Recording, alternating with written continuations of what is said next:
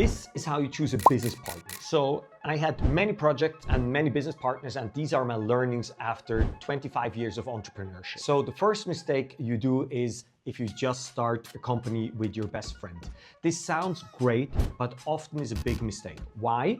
Because you're two friends and the probability is high that you're quite similar. And if you're both similar, one of you is not needed in the company. So if you're different and you have different skill sets, then you're needed in the company. But when you both are very similar, then probably it's not the best way to start a company. It's great to be friends, but not to start a company. The second thing is when you start a company with your friend and in the beginning everything is great, but then problems come. It's just normal in business. And I had the problem that I had a very close friend and we argued a lot during business and our friendship broke up because of business. This is something that makes me very sad because he was a very cool guy and unfortunately we don't talk that much anymore because of that business at the time. So don't start just per se with a good friend. You can start with a good friend, but just be aware of it. First, you need to have different skill sets. You need to be different even if you're friends, and there's a chance that your friendship might break up because of that business. The second thing is, would I start with a complete stranger? No, I also wouldn't start with a complete stranger.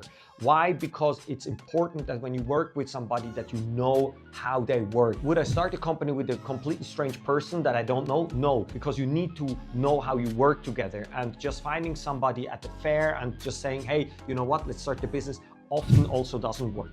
So the best way to find somebody is somebody who's not super close with you, but maybe you work with the person together or you were at university and you see that that person has a different skill set than you. So that's the best partnership. Another thing is often 3 people is not that great because it's always 2 against 1, or it's often 2 against 1. 2 is great, 4 is great.